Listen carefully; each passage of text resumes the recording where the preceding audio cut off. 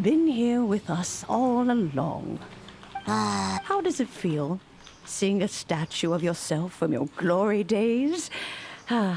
Look at him. Glory days? Wait, what happened?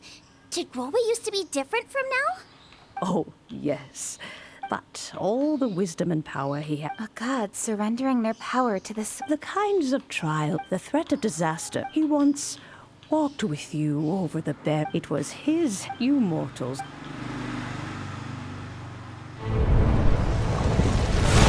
Marchosius, god of the stove, born from a spark when stone struck stone.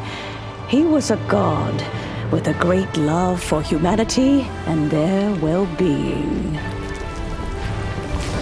Millennia ago, the people sought to expand their city.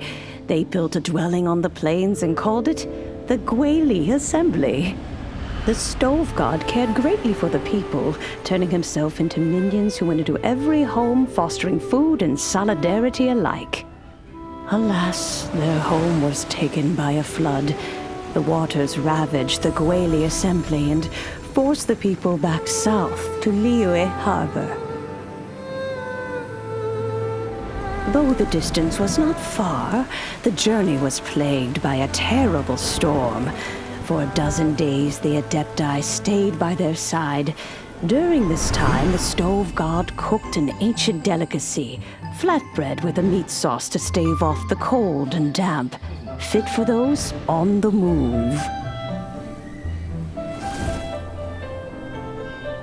Centuries later, disaster and plague arose once more. The stove god would appear no longer, for he placed all of his power into the land itself to quell the calamities. His power expended, and his wits greatly reduced. Thus his body decreased in size. By the time he parted ways with us, he wasn't even the height of a human. He told Rex Lapis and I of the dishes that bring joy and of the secrets of the flame, then went into the mountains and entered into a long slumber.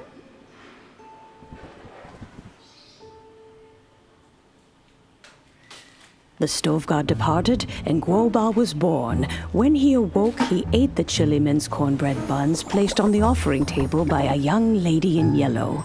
Though he did not remember the past, he was profoundly moved and decided to follow this young lady thereafter.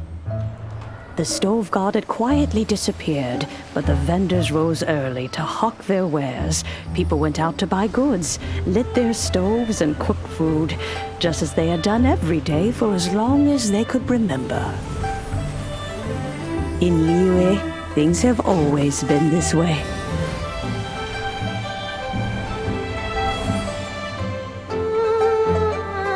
Nature provides, the mountains rejoice. We are blessed by heaven's good grace.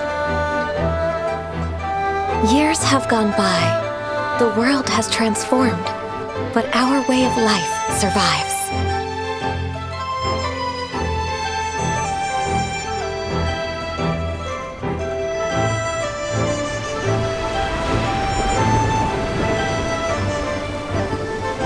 Fame and fortune is only a season.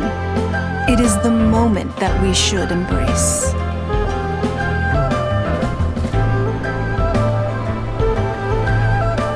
Past meets present. Heritage becomes legacy. Long into the future may we thrive. You once told me that